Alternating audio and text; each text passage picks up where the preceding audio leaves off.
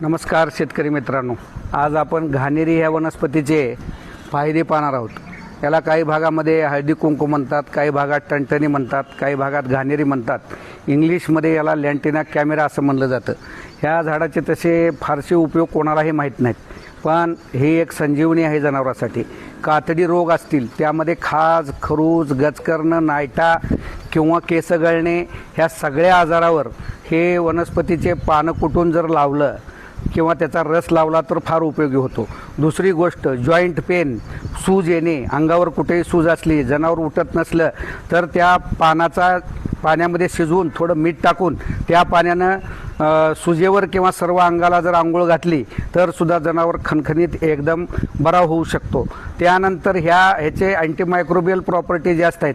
कुठल्याही जखमेवर ह्याचा पानाचा रस लावला किंवा काढा करून लावला तर फार उपयोगी होतो. त्यानंतर मच्छर असतील, डास असतील, किडे असतील, मकोडे असतील गोट्यामधील, तर ह्या झाडाची पाने वाळून त्याचा धूर दिल्यास किंवा त्याचा रस गोट्यामध्ये फवारल्यास सगळे मच्छर जातात. ही वनस्पती फार उपयोगाची आहे.